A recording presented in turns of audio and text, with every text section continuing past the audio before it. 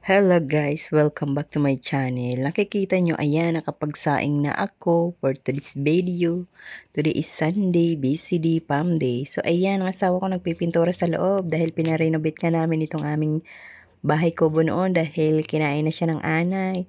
Tapos ayan yung kalat.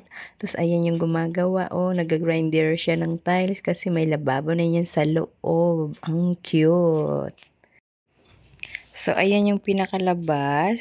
So, mainit yung panahon, tanghali. And then, naka-ready na nga pala yung mga sangkap ko sa ilulutuin kong ulam namin na sinigang na baboy. So, ayan ang asawa ko, guys. So, ayan. Tapos na nga pala kaming kumain. Tapos, naglalakad-lakad ako. Pinuntahan ko si Chuchay. Tinignan ko yung pakainan niya. Ay, may natira palang kanin. Tapos, ibibigay ko sa mga bibi. Kasi may bagong pisa na naman yung mga bibi. Ayun o, maliliit. So, hindi niya nakita sa may bandang ulo ng gumagawa.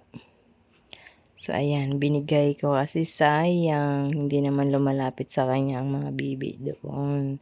Kasi takot kay Chuchay.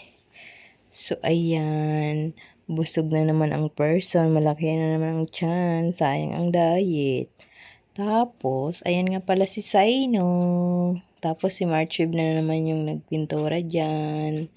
Fresh coating nga pala yan. Hardiplex nga pala yung pinalit namin. Hindi na mangat-ngat ng anay yan. Matigas na yan. So, ayan yung lababo, guys. So, sabi nga ng mag-ama ko, ako naman daw. Kasi pagod na sila. O, sige. O, ayan. Ang nanay nyo.